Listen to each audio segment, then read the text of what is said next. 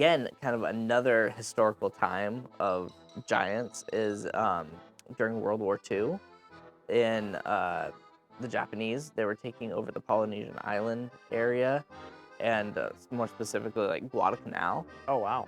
And so the Japanese came in. Join us for Conspiracy Crypto Pirates. Arr! And so coming from the American side, we knew that they took over these islands. Yeah. So the Americans basically prepared like a full like Normandy assault, Yeah. basically to take Full-on over. battle. Yeah, Guadalcanal. They get there. There's not hardly any Japanese there, except for a couple, and they basically came running to them, surrendering. At which, in Japanese culture, they don't surrender. Yeah. Like, it's Like, they would rather fall on their sword. Exactly. And they were terrified. And so the Americans did a little bit more digging. There were some locals on the island, too. And they're asking them, like, what's going on? And the locals were like so matter-of-factly, they're like, oh, well, the giants that live in the interior of the island, where it's, like, more jungle dense in there, at night, when the Japanese were there, they would come and just pick off the Japanese one by one, just rip them to shreds. And and they're like, yeah, that's why we don't live on the interior of the island. They said they don't even venture in there because they know that these giants live in there. Yeah. And it's weird, like, trying to get your head around it because you're like, is it true? Is it not true? Trying to wrap your head around it, and they're like, so like, oh yeah, this is normal life. Giants live in that area. And then like it ripped apart these Japanese soldiers. I mean, Japanese soldiers that have guns and grenades and Yeah. explosives and artillery Yeah. and ships and planes. Yeah. You're just like, and you like, huh? Uh-huh. Like, that to me is weird. Right.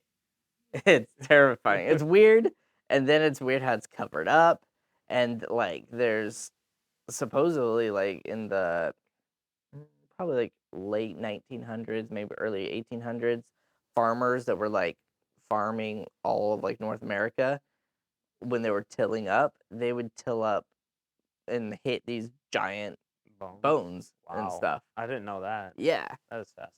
And they dig them up, and they're huge, and then basically, as the story goes, Smithsonian comes in and grabs them all, which I feel like that would be such a hard thing to keep secret. It's not like you can go get one and like hide the story. It's like there's one that's gotta come up somewhere. There was another island. I think it's off the coast of Southern California.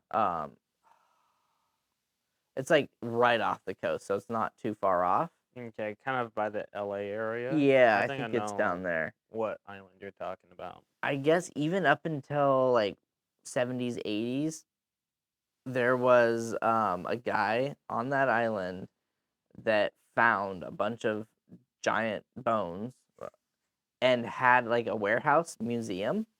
Had a museum. Had a So museum. you could actually go and Yes. look at it.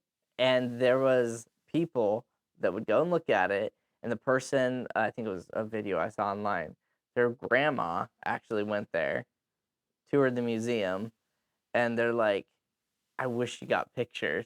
But like up until like recently, there were signs of giants.